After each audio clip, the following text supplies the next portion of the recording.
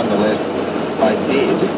Lindsay says, political popularity or the reduction of deaths on the road? Would you trust any politician to make this decision? And Peter says, you can't put your speedo every second you're driving, so you creep over by just a smidge. This is Linda. We'll take Linda, and then we found Peter Martin, so we need to have that conversation. Linda, good morning. Good morning, Jeff. It's Linda the Truckie. How are you, Nana? Linda the Truckie. I'm extremely well, Linda. How do you feel about truck drivers going 9 kilometres over the limit? I can say basically we try very hard not to do it. All the truck side drivers do it, but yes, there's always, meters there and places like that. But what is the ridiculous thing, Jeff, is if you're using a logbook in Queensland, which I quite often do, you can get 3 demerit points and $600 just for not crossing the T's and dotting Y's. And what impact does that have, Linda, do you reckon? I'd rather not go there. It just absolutely makes them livid to think they can do such a thing. There are guys losing their livelihood because their logbooks out of order.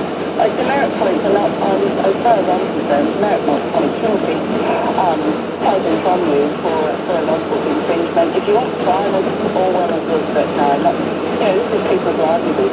Linda, thank you for your call. Jeff Hutchison, statewide. And we'll take more of those calls after 9 o'clock this morning. I touched on this a little bit earlier when we were trying to get Peter Martin. If I asked how you feel about the GST going up, broadened to include things such as fresh food, I would think your first instinct might be no. It would simply add too much to the household budget. And I wonder if you would punish a political party that would seek to introduce it. And I think the answer might be yes.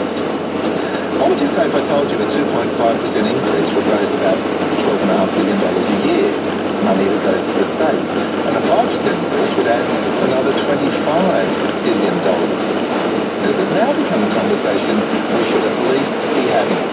Julia Gillard says under a Labor government it will not increase. But Joe Hockey over the weekend has said, look, it's up to the states and territories to make the case.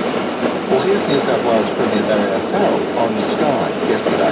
I'd like to get rid of the uneconomic or anti-economic taxes that New South Wales engages in: payroll tax, land tax, taxes on investment, taxes on employment. But the only way I can do that is to have replacement income in order to fund the schools, the hospitals, the police that are so necessary to the state. What I hear Tony Abbott saying is that he'll have an inquiry. An inquiry, if it's unfettered, will come to some conclusions. And what Tony Abbott said is that at the election after that, he'll consider those options. If we're going to be fair thinking about this, we need to have a review that is comprehensive, that looks at what is best for the country. And what I hear Tony Abbott saying is he wants to have a review, but importantly, to stop the nonsense that the Federal Labor Party came on with. There can't be GST changes unless every state and territory agrees. There can't be GST changes, Tony Abbott says, unless he takes it to another election. People know that one of our biggest challenges is productivity, that issue has to be addressed. People know that the current tax system is failing.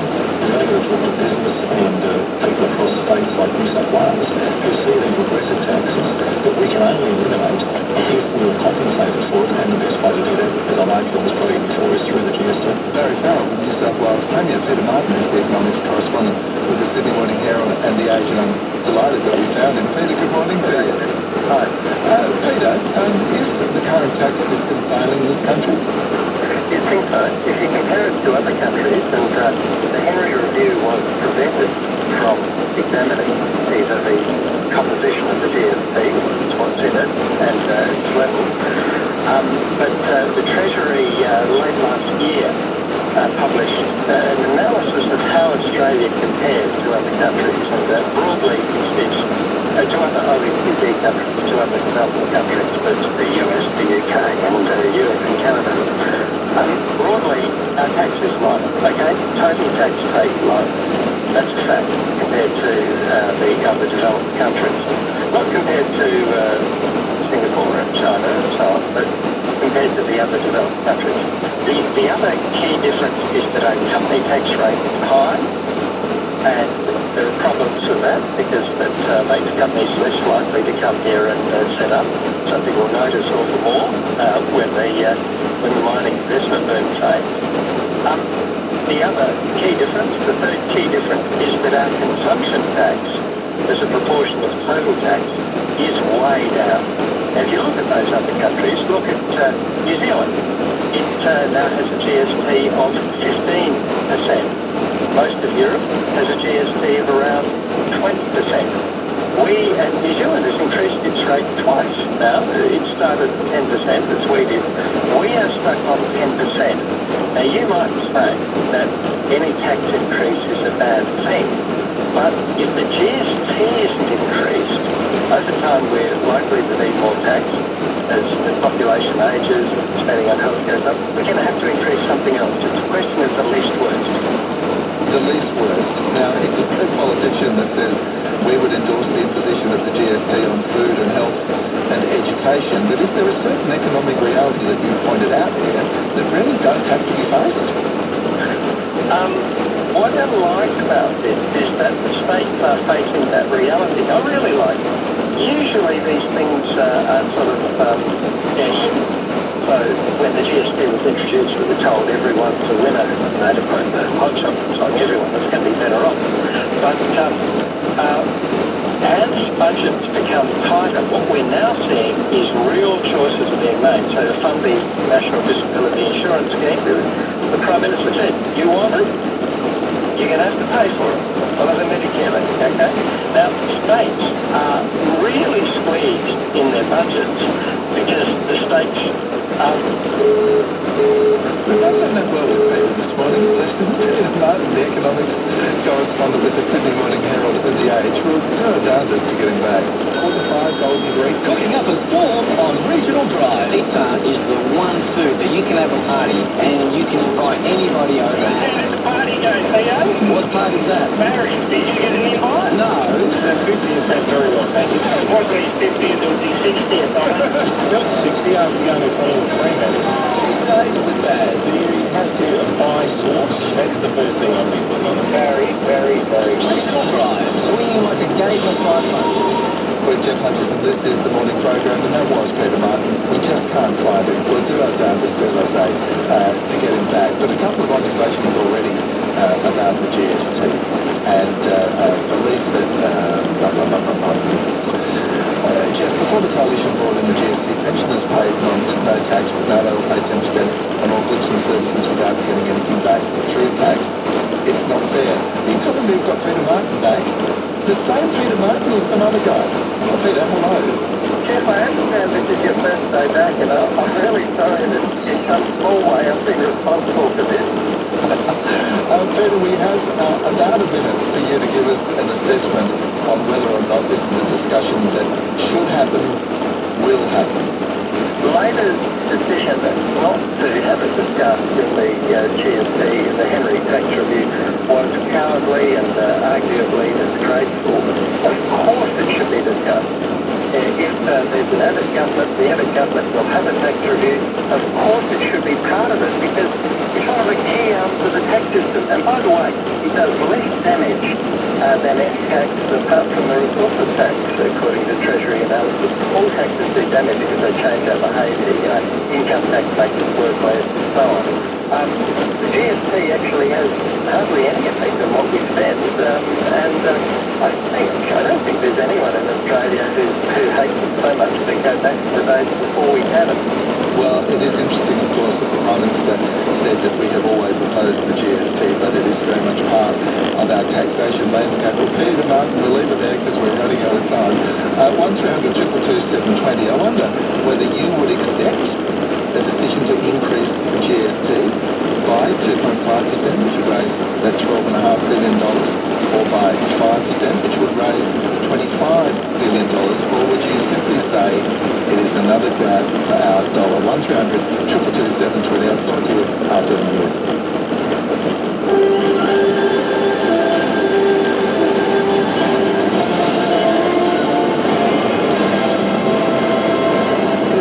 ABC News with Rebecca Dollery. The federal opposition says the government has announced about $75 billion worth of savings that haven't yet been legislated, and has indicated it may support all of them. The coalition has already said it will support moves to scrap the $5,000 baby bonus, but the Shadow Treasurer Joe Hockey says the coalition will also try to block the government's plan to replace the bonus with a $2,000 boost to the family tax payment. He says the budget is now in an emergency situation given the size of the deficit. We will have to do what we have to do, even if it means legislating the bare amount of savings, in order to deliver a stronger budget, to build a stronger budget, to build a stronger economy. The new Chinese Premier Li Keqiang is visiting India in his first foreign trip since taking office in March.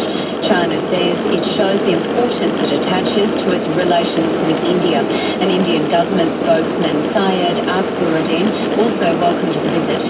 We think very highly of this gesture because it is our view that high-level political exchanges between our two countries are an important aspect and vehicle for our expanded cooperation. Two FBI agents from the elite hostage rescue team have been killed in a training accident. The Federal Bureau of Investigation says they died off a beach in Virginia. US media reports say the accident involved a helicopter. A marine search has resumed for a paraglider who's missing in the ocean near Warrnambool in Victoria's west. Police divers, a helicopter and boats are being used in the search. The search for a 52-year-old pilot instructor from Torquay, Rob Lithgow, and a 66-year-old male student from South Australia began on Saturday afternoon, when the men didn't return from a flight. The body of a man believed to be Mr. Lithgow was recovered from the ocean in the area yesterday morning. Western Australia has the second highest rate in the nation for the detection of clandestine drug laboratories. The Australian Crime Commission's illicit drug data report shows 160 drug labs were found in the state in the 12 months to June last year. That's the second only to Queensland, which had 379 drug labs. The Crime Commission's John Lawler says it's particularly worrying that 70% of the labs were found in residential areas where people live, work or go to school. The West Australian Government has introduced mandatory jail terms for adults who injure children in clandestine drug laboratories. A new study of gambling in Australia has turned up some surprising figures. Researchers at New South Wales Southern Cross University have found a decline in the number of people who are gambling each year.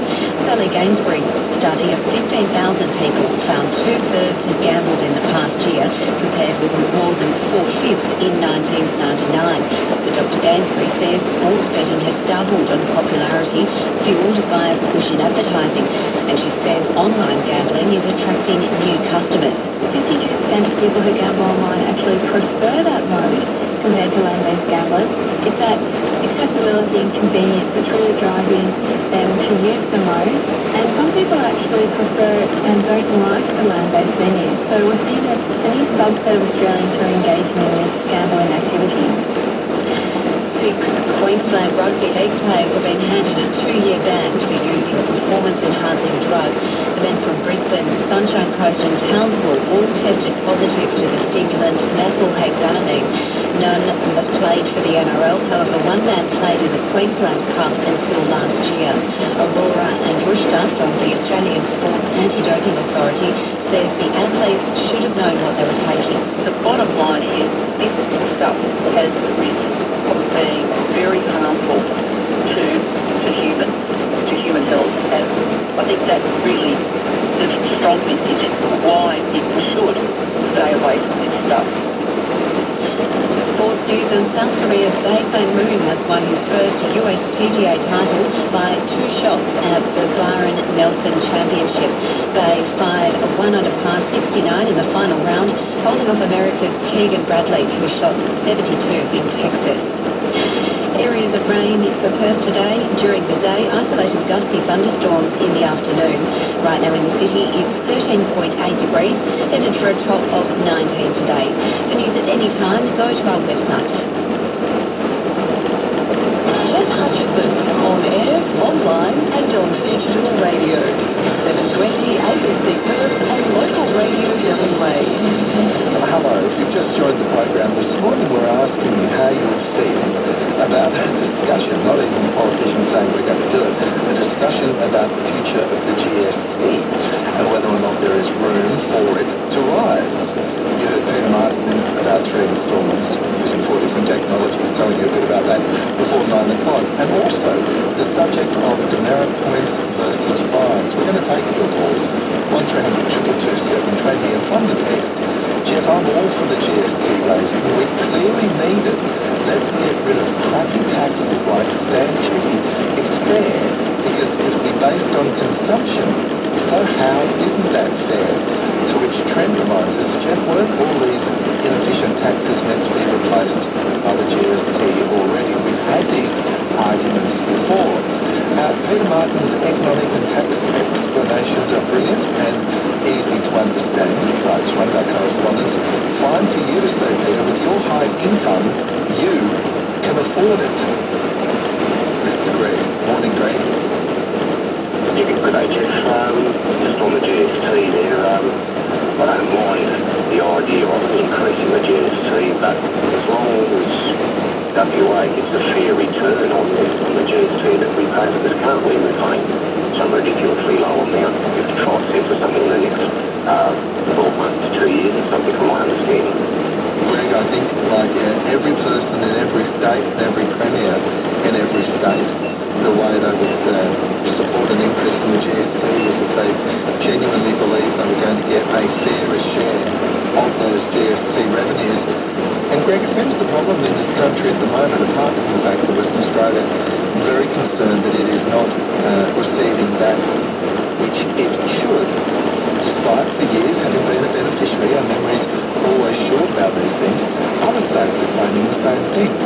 And there's no prospect, it seems, of that changing anytime soon. So if you look at today's Gareth Parker piece in the West Australian, which talks about a $2 billion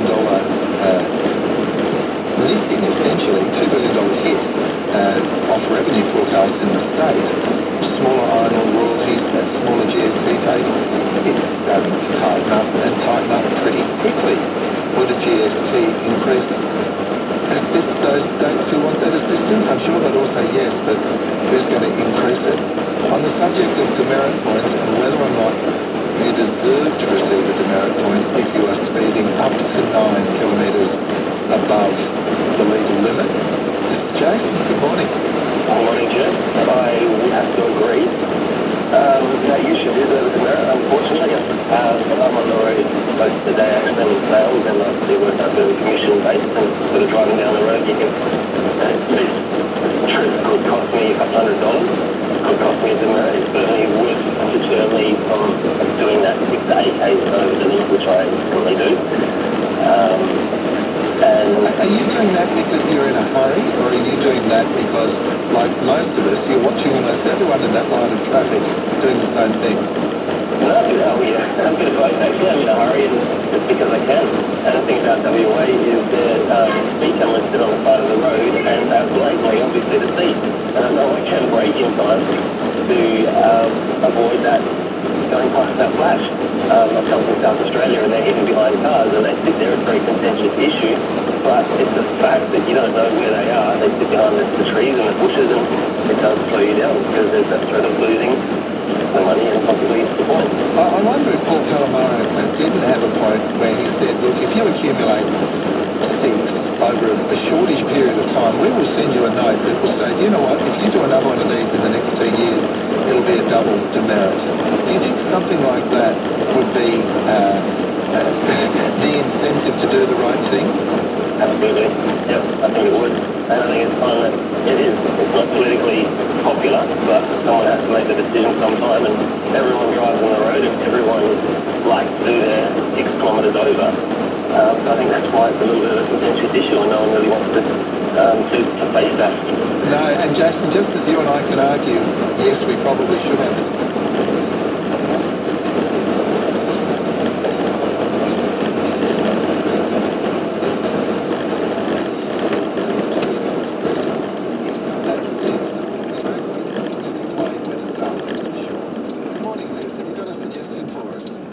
Well, yes, I do. I think, so many people lose their licenses, and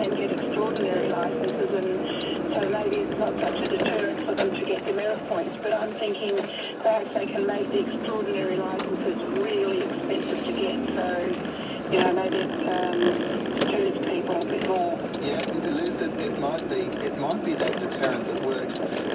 How do you go over the long weekend with double demerits? When I'm over on the Mitchell Freeway and I see that sign that says double demerits this long weekend, it sticks with me. Would it stick with me this week? I don't know. Send us your emails, www.mornings@your.abc.net.au. This is from John. John, thank you. The road speed changes, Jeff, make it impossible to exceed them. From where I live,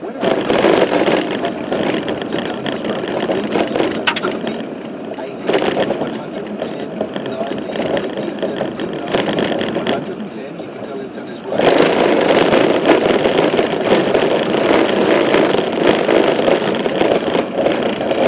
When I reach Dunn's Road. Speed cameras are regularly positioned in spots along this route that have unexpected speed limits, like a 90-kilometre zone 4Ks from Busselton on the main highway. So I think John's saying it's difficult. It's difficult. We'll hear from Frank. Morning, Frank. Yeah, good morning, Jeff. How are you? Yeah, really well, thank you, Frank. Look, I'm carrying from Germany about 12 years ago. I know they sort of apply a system, like if you're 10% over the speed limit, then that's when you get a fine. Look, I'm not sure if that's written in a law or if that's just what the police applies over there, but it seems like a fair system. If you're in a 40 zone, if you're 10% over, which means you're 4K over, well, you get done. If you're in a 100 zone, well, you've got a bit more leeway. And I guess the 40 zone is probably the most dangerous one if you do speed there, so... Oh, yeah, I think that makes sense. Frank, thank you very much. And this, Jeff, it has nothing to do with fines or demerit points. It's a moral issue. You speed, you risk the lives and well-being of others, says Brett. And you know what? Among our audience now, I can hear so many people nodding. I can hear you nodding your heads. So vehemently do you believe it. But we don't drive that way. Share your views, share your passion. Jeff Hutchison, 720 ABC Perth and Local Radio WA. I'd love you to tell me what happened to you on the weekend. If you've got a story you'd like to share, give us a call, 1300 222 720. Send us a text, emails to wamornings@your.abc.net.au and be part of that Facebook conversation. And can I remind you that if there's a question you'd like to put to Celia Lashley, having a bit of trouble with the errant son, not quite sure whether you've spent too much time trying to be a mate to your kid and less of a parent to your kid, and find yourself in a bit of a bind at the moment, send us an email. Tell us what your circumstance is, and we'll make sure that Celia gets that. A forum with Celia Lashley after 11 o'clock this morning on the program. wamornings@your.abc.net.au. Now, I want to have a conversation with you. I want to have a conversation with you about one of the most difficult conversations you'll probably have. It's a conversation that many families put off until it's too late. I'm talking about discussing how you would want to be cared for in your last days, who you would want to care for you, and where you would want to be. And already we're all wriggling, thinking, well, that's not a conversation I want to have. I wonder if you've had this discussion. 1300 222 720. A survey of about 1,000 people conducted on behalf of Palliative Care Australia, a survey of 1,000 people who've lost a loved one found that half were really unprepared for the death of that person. 1 in 10 had no idea how their loved one wanted to be cared for in their final days. So we thought, let's have this conversation this week. It is Palliative Care Week, and we should acknowledge that. Professor Patsy Yates is the president of Palliative Care Australia. Patsy, welcome to the program. Good morning, Jeff. Why did you conduct this survey? What did you hope to find out? We hope to find out really what the issues and concerns are and what some of the barriers are to us being able to have the sort of conversations which you just described. I mean, it's a sad reality that all of us...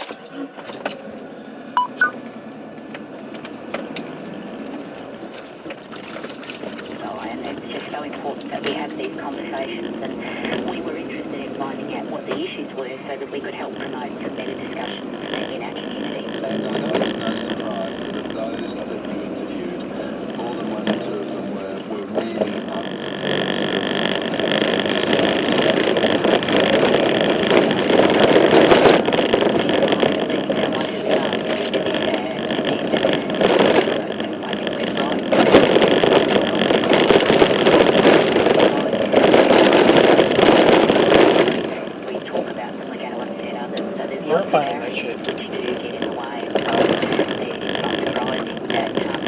Yeah, what is it? People tell you that they found it really Doesn't look like it gets many miles. because they're probably already in a real state of...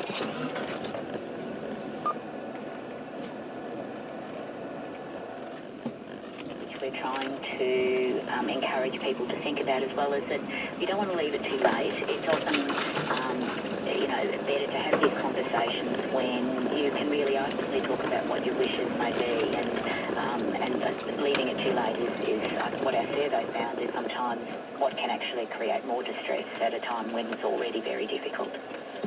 What do you want people to be thinking about this week to encourage us to consider having that conversation that says, you know what, even if it's 15 years from now or 20 years from now, that this is my circumstance, this is what I want? Yeah, I think that's right. I think it's important for people to think about what they do value and how they would like to be cared for in those last few days. And it's things like, what sorts of treatments and interventions would you want to continue to have? What sorts of, where would you like to be, and who would you like to be around you? Those sorts of things. And I guess you ask those questions in a normal conversation to somebody that might not be able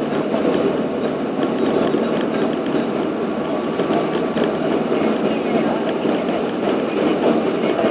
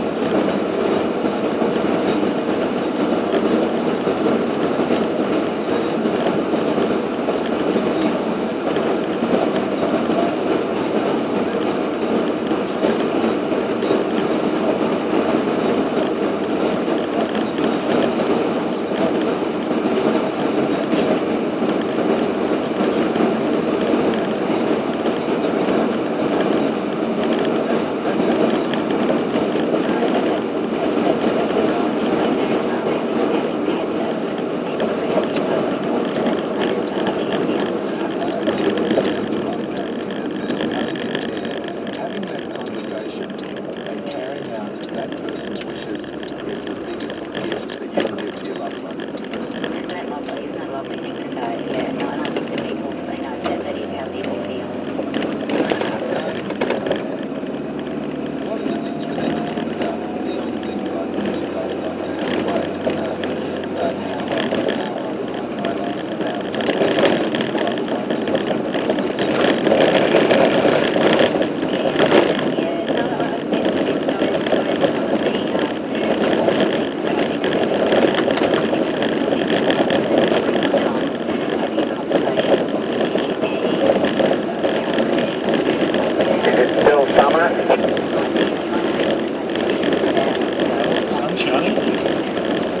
summer road only.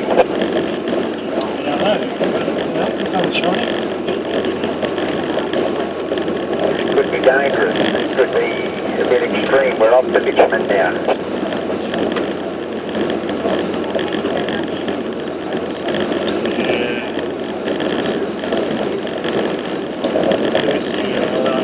The school bus was on the other side of the lake. We had to drive this road.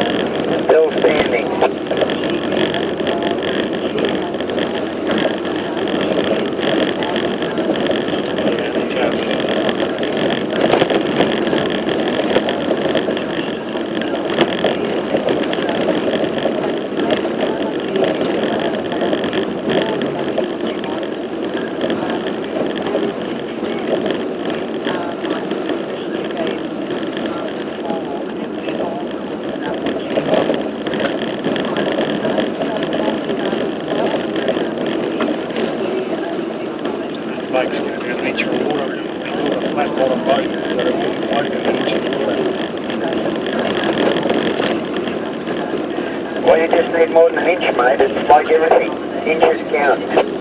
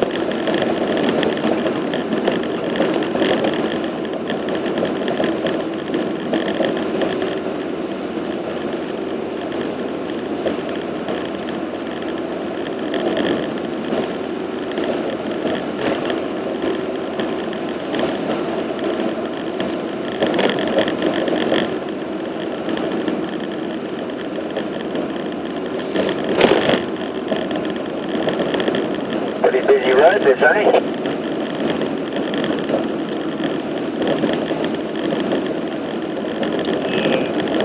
Right up and since the last one come through.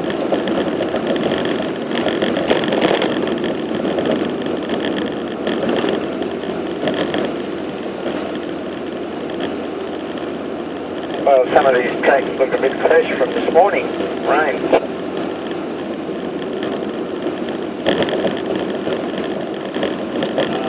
So they're at least a day old. You think? They were that fresh, you'd be making the same ones yourself, believe it or not. Well, that's the point. But then it has dried a bit. But still, even a day old is a busy road.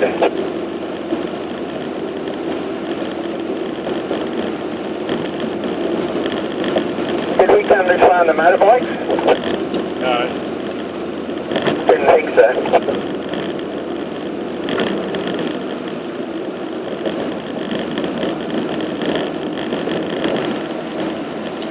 Join them about another 5 k's.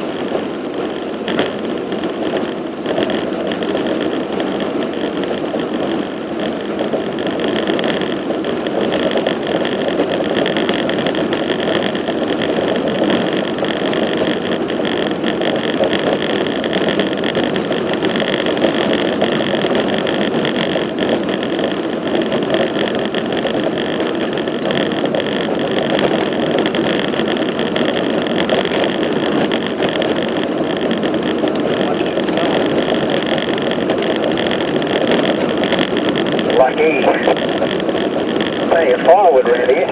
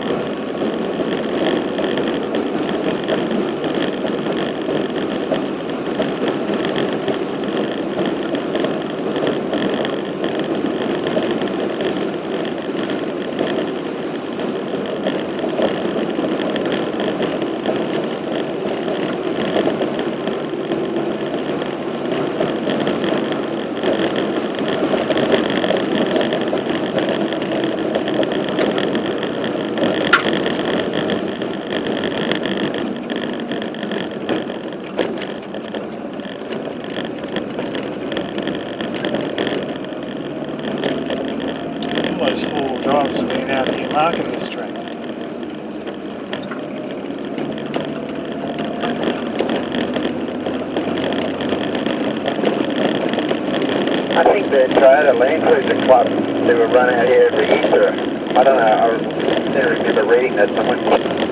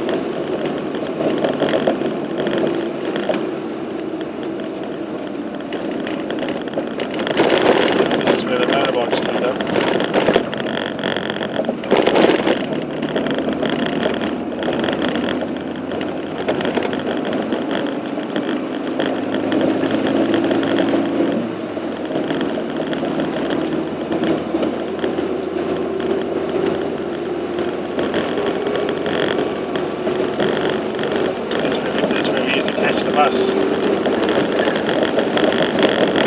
You catch the bus there, so I thought you stayed at your place. Yeah, the first year we had to catch the bus there, then the next year we got a new bus and we stayed at our All right.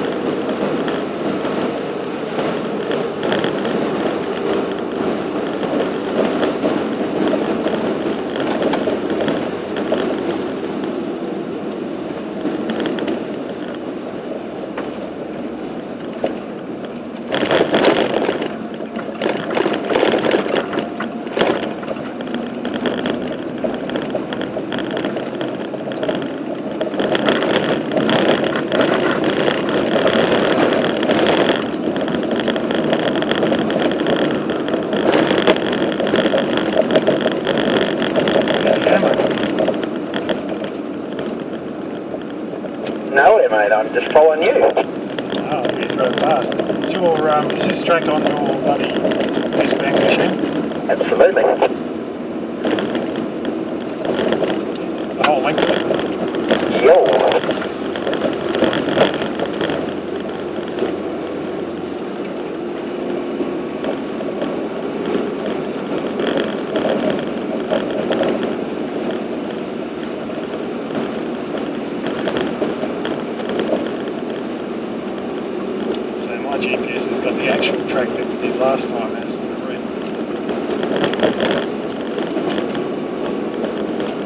Yeah, well, this has just got it all clearly marked as, dirt road, so we should be coming up onto the dog pit fairly soon. Then cross over and be on the track proper. Well, we're on the track proper now, but... Yeah, going through this reserve, it gets pretty wide here, rocky as well.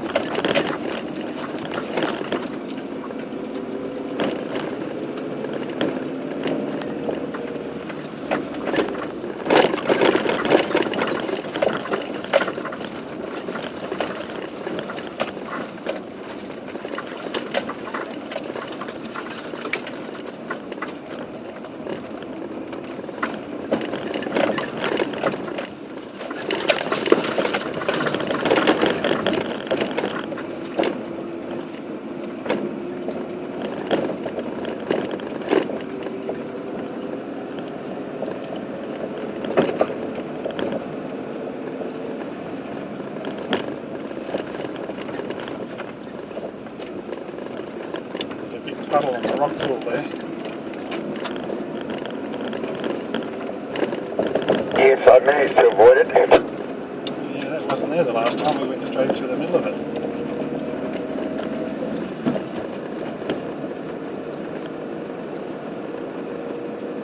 Just saying we did go from our track a bit from last time. Well, these tracks move around.